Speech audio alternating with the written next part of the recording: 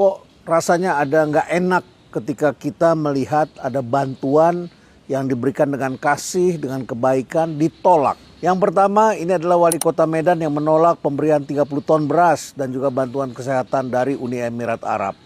Ini kan bantuan lalu kemudian ditolak. Untung kemudian ada Muhammadiyah Medical Center yang bisa menyalurkannya. Tuh nggak enak bener-bener.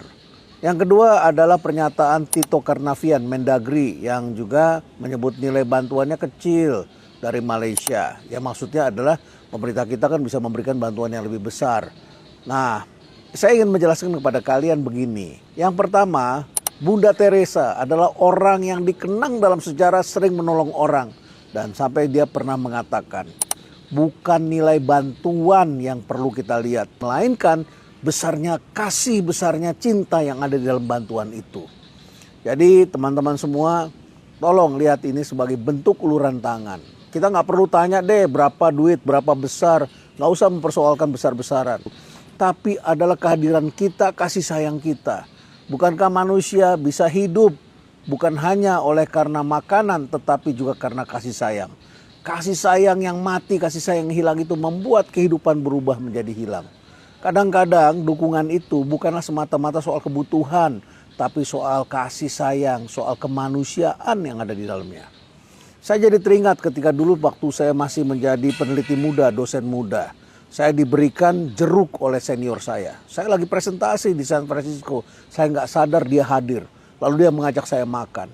Nah, ada slack di antara kita, saya kurang suka dengan perilakunya. Tapi dia ingin membangun hubungan dan di tengah-tengah makan pagi breakfast itu dia kasih jeruknya dia ke saya karena saya nggak punya jeruk, nggak punya buah. Dan saya menolak. Belakangan saya ditegur oleh senior yang lain dan dia mengatakan, Reynald nggak boleh begitu. Itu gestur, gesturmu itu menolak. Menolak itu artinya kamu bermusuhan, nggak pantas. Ya akhirnya saya menyadari itu. Oh begitu ya. Saya juga tahu kok tidak semua bantuan bisa kita terima. Ada juga yang kita kembalikan. Kan tergantung niat orang. Jadi kita tidak bisa menerima karena ada hutang budi. Nah, Jepang juga pernah menolak bantuan. Tetapi Jepang itu menolak karena apa? Karena mereka punya standar keamanan yang tinggi.